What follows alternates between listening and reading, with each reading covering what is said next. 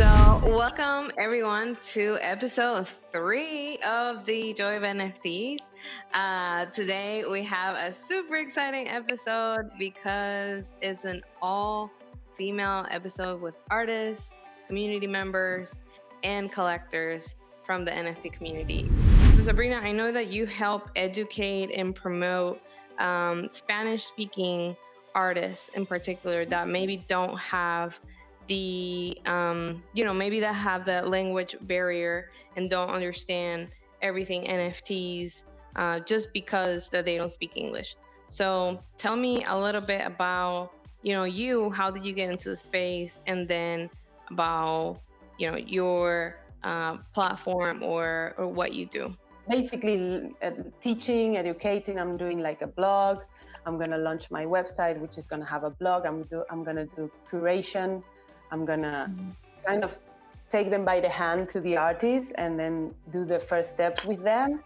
And then, if they want to keep exploring themselves, they can. And if not, I can still help them and kind of like do the curation for them and upload and do the minting. But the idea is for them to learn and to try and do it on their own.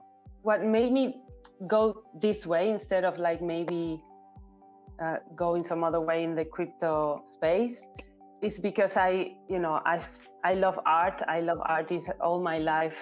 I've been surrounded by artists. I know how difficult it is to be an artist and just live from the art that you're doing. And I think this is the opportunity to be able to do it. There's a lot of artists that, for example, work in video games or working in cinema, doing art for the cinema, and they're real artists, but they're not able to sell their art per se. What they want to do, and I think NFTs is opening it up to all sorts of other artists that can sell their art. And so I want to help those people to show the world that they are artists as well, and that they can live from that and not from having a job in a corporation or in an office or whatever. I strongly believe that art is a shared culture, and to me, like, art is just a regurgitation of everything that I see. I just find women very pretty.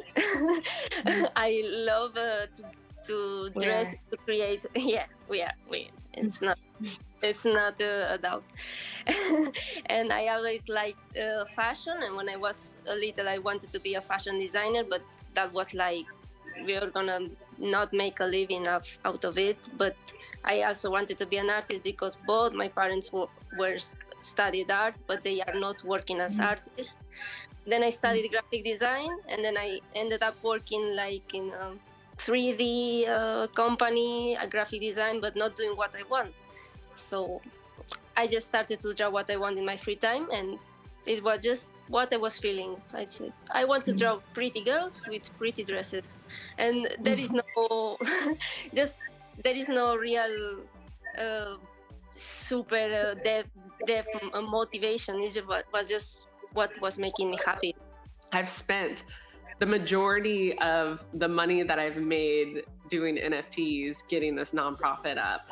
And so I just have such a gut feeling that this could change the future of digital art. Like, not only would it just bring in more of an inclusive group of people, but I genuinely think that if we started bringing new people in that never had access before, that it would change like art itself. Like, we would have new perspectives, we'd have new interpretations, new stories. And I just feel like we've changed the world.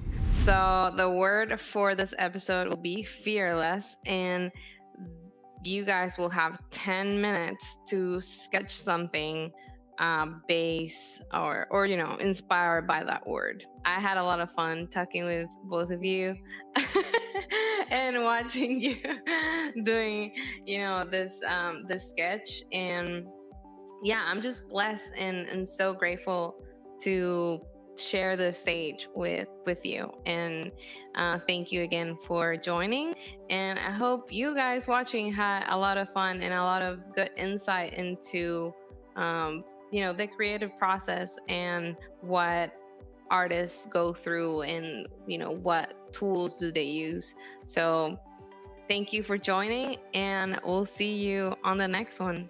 Thank you, guys. Thank you so much. Bye.